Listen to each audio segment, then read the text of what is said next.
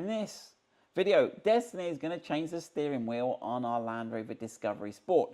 Why would you be changing your steering wheel? The leather might have perished. You might want to be added heated steering wheel. Look, a heated steering. Where's the little heated steering wheel? Oh, you get this little sort of steamy steering wheel sign.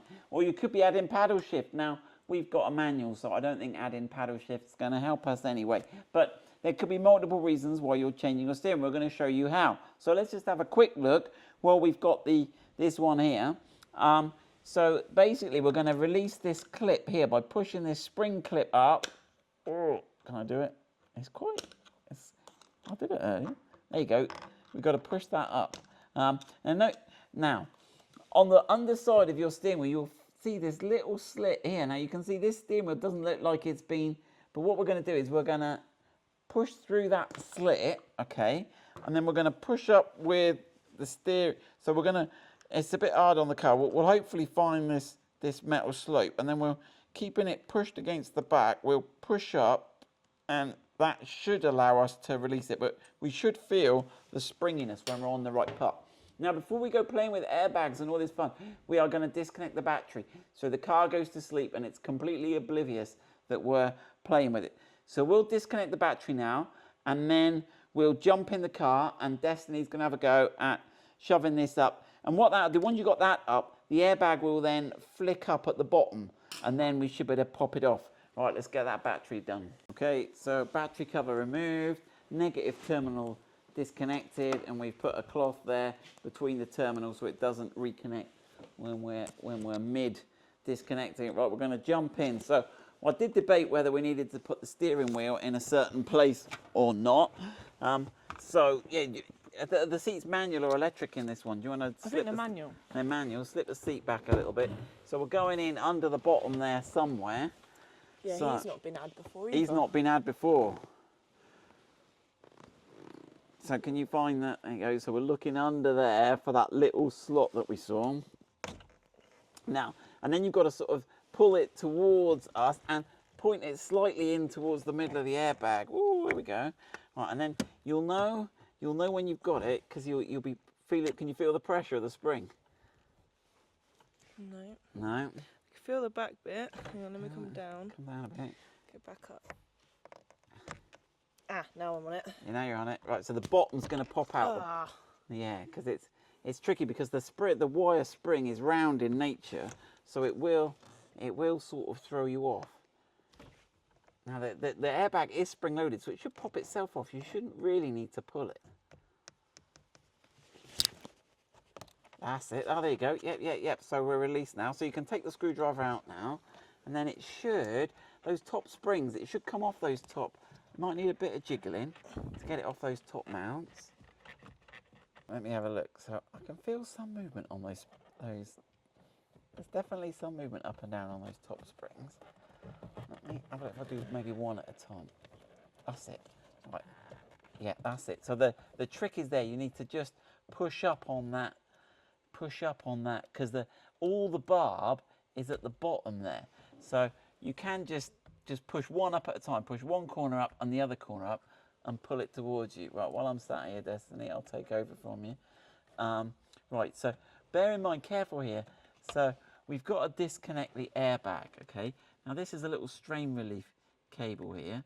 So when we put it back, remember we've got to get that hooked back round there, and it stops it getting in the way, okay? So that's all good.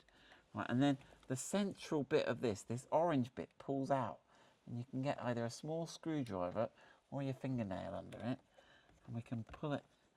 We can pull this orange bit. It's the sort of safety tab. I think I'm going to be better with a screwdriver. Yeah. Right, so Destiny's got the little screwdriver. So you just want to get underneath that. That's it, and pop that up. And then the yellow plug will just pull out in the same direction. Oh, it's a bit rusted on there. To work him a little bit, yeah. Gently give him that's helped. Yeah. So there we go.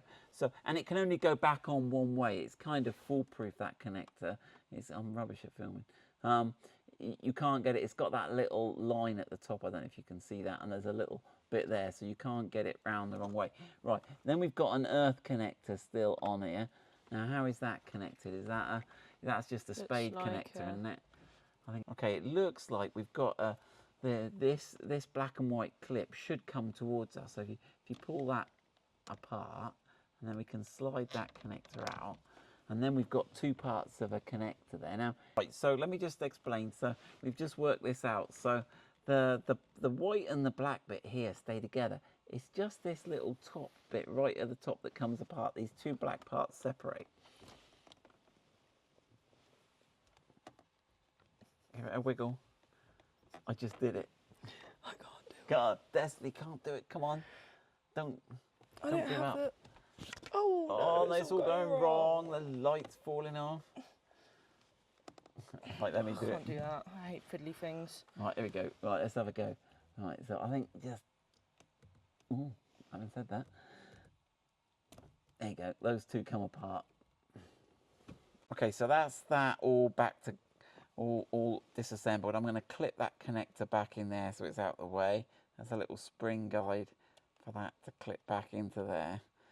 Okay, not so. There you go. I'll clip that back in there. Right, obviously be careful with airbags. They are explosive devices. Do not go giving them to the kids to play with. Right, so let's look in the steering wheel now. So we've got a Torx T50 nut we've got to undo. So everything else should be ready to come through that hole there. What have we got? Yeah, I know we need to undo this plug here. So I think there's a release on the top, and we can undo that plug. So that's all the electrical connections are ready. Let's get the Torx T50 and undo that. Right, we've got the Torx T50 socket, so on that nut in the middle. Okay, and note which angle the steering wheel's at. So it's slightly turning to the left. The steering lock is on. So again, you might have to react some of the force if it was, but it wasn't fiercely tight at all. So give me that bolt there. So that's the bolt with some Loctite thread lock on it. Now, as you pull it towards you now, it will come off quite easily, but you've got to thread that cable through. So make sure you don't get it snarled on that. And there we go. So now let's go and compare the non-heated, non-paddle shift steering wheel. And I think if we wanted to upgrade heating, we probably have to upgrade this slip ring here. Now, don't go rotating this slip ring too wildly. Leave it in that same position because they've only got so many winds to the left and so many winds to the right. And if you lose where you are, you can get yourself in a pickle. Right, so this is our original steering wheel, and this is the replacement. So obviously this has got paddle shifts, which are no good to me on a manual. They're some sort of placebo paddle shifts. Now the wiring on this long flat connector looks exactly the same. That's the other one that we disconnected just now. The one that's new with the heating is this red purpley connector. And we'll go and have a look in the car and we'll see where that goes, but the slip ring hasn't got any pins for that. So just plugging this in is not going to make it work.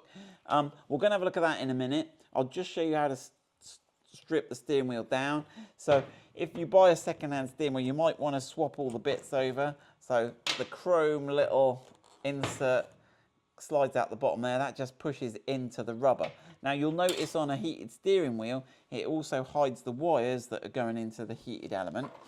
And then the steering wheel, to strip that down and remove the switch packs, you've got a Torx T20 bolt that holds the paddle shifts on. Oh, that's going to stay there, okay.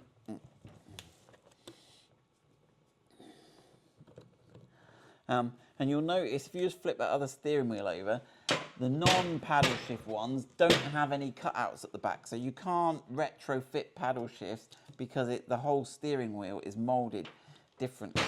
And then what that does is that exposes then a secret second Torx T20, which is what holds your switch packs on. Okay, so there we go. That's there. Is that one not? Oh no, there it is. Okay, so can I get those bolts out? Yeah, so these bolts are quite long. They're the ones that go into the switch pack. The ones that hold the paddle shift on are shorter and have got this coarser thread.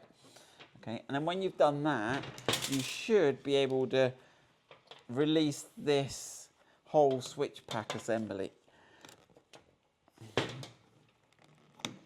And again, I think they're just jammed in the rubber. There, okay.